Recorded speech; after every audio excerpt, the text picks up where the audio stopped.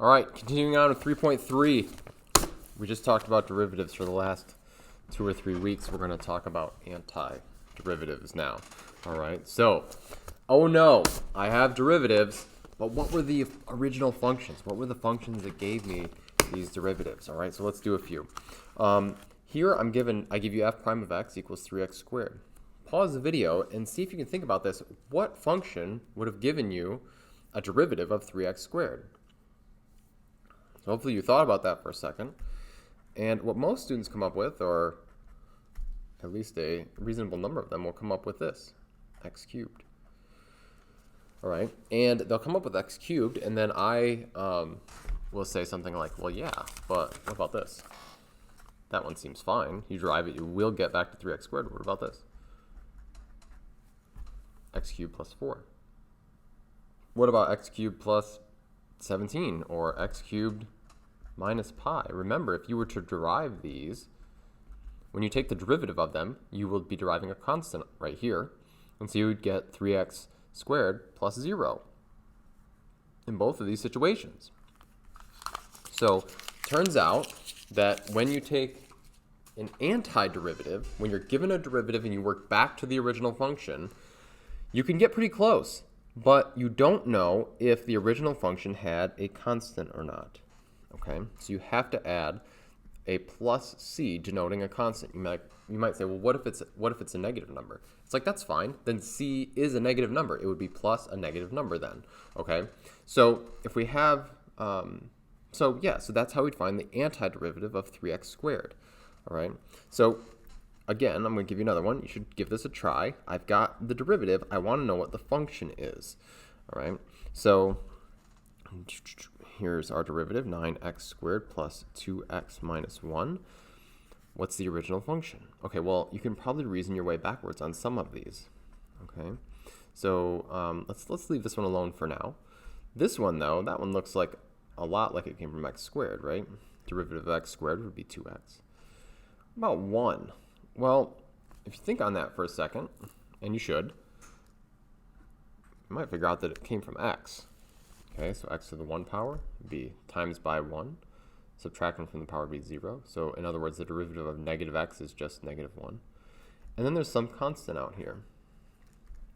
Now, what about this one? Well, this one, you know that you've got to add 1 to the power because it's a power rule. You're undoing the power rule, right? So you have to add 1 to the power. And what about this constant out in front? You think about that for a second. That constant out in front has to be multiplied by 3, because if this is the original function, or it must have been multiplied by 3. Because if this is the original function, then I took a 3 and multiplied it in front of the original. What do I have to multiply 3 by to get to 9? Well, it's 3. Okay. A long way of saying that is you could just add 1 to the power here, or 1 to the exponent, and divide by that number. In fact, that leads us to our rule.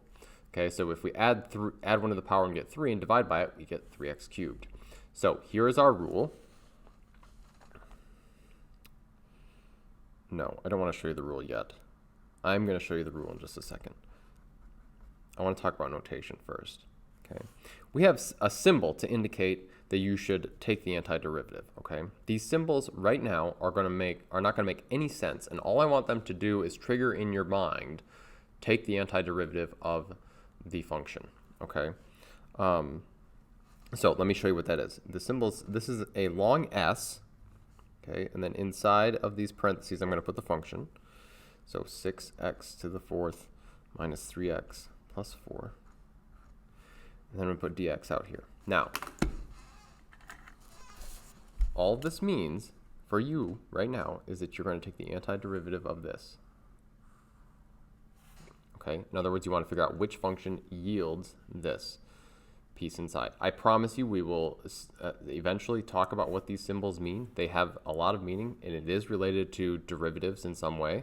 And the way that this is read, I guess I'll give you this too. This is read as integrate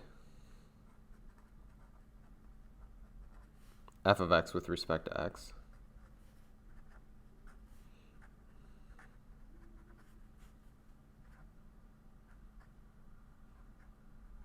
In fact, you know what?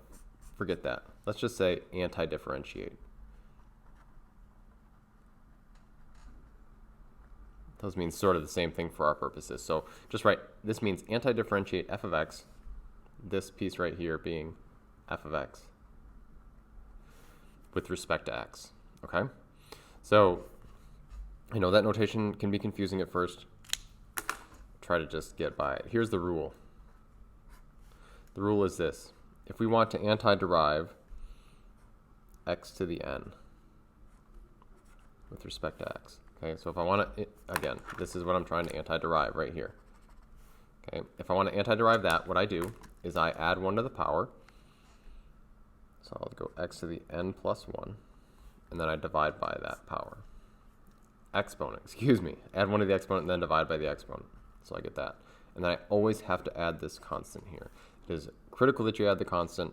I will be looking for it on quizzes and tests. If you miss the C, you can do everything else right, and you lose a half a point on the assessments. Okay. The AP test is also going to look for the C. It is really important that you have it on there because it does represent all of the possible variations of the function. Okay, so that is how you anti-derive.